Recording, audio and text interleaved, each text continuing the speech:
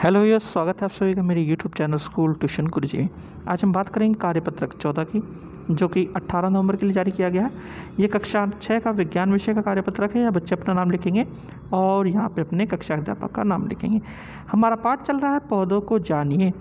तो आइए देखते हैं, जानते हैं, समझते हैं कि आपके आज के कार्यपत्रक में इस विषय में और इस पाठ के विषय में क्या नया बताया गया है। चलिए देखते हैं बच्चों।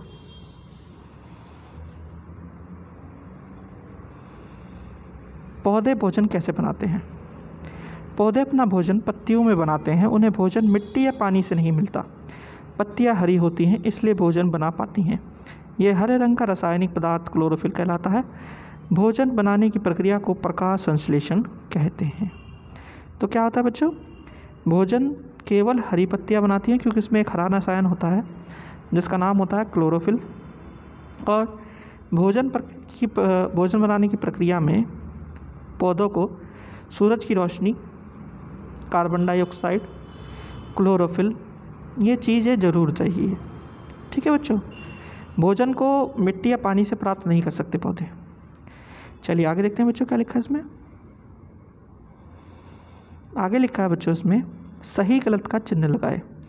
पहला है भोजन बनाने के लिए पौधों को ऑक्सीजन चाहिए, तो ये गलत है, क्योंकि भोजन बनाने के लिए पौधों को ऑक्सीजन नहीं, कार्बन डाइऑक्साइड चाहिए। अगला प्रश्न है पौधों को भोजन मिट्टी से मिलता है, तो ये भी गलत है। उससे अगला है पौधे अपना भोजन हरी पत्तियों में बनाते हैं, तो ये सही है। फिर है प्रकाश संश्लेषण के लिए सूर्य के प्रकाश की आवश्यकता होती है, तो ये सही है। प्रकाश संश्लेषण के लिए सूर्य की आवश्यकता होती है। अगला प्रश्न है पौधों को भोजन सूर्य से मिलता है, नहीं। चलिए तो बच्चों आगे देखते हैं वाष्पोर्जन।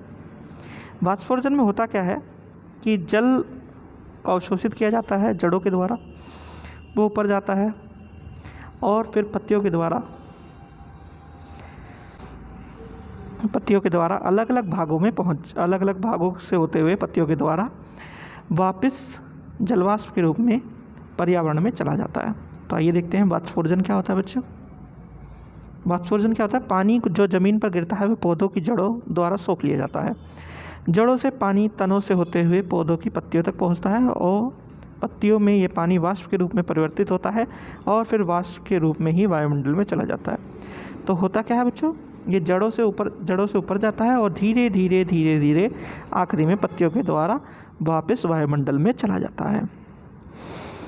नीचे आपको ये भी दिखाया भी गया है कि कैसे हमारा प्रकाश संश्लेषण की प्रक्रिया होती है बच्चों। जल गया, कार्बन डाइऑक्साइड मिल गया, ऑक्सीजन छोड़ेगा, ये कार्बन डाइऑक्साइड लेगा और ये यहाँ से प्रकाश की ऊर्जा लेगा। ठीक है बच्चों, चलिए अभ्यास करते हैं। अभ्यास में क्या दिया गया, अभ्यास के प्रश्नों को।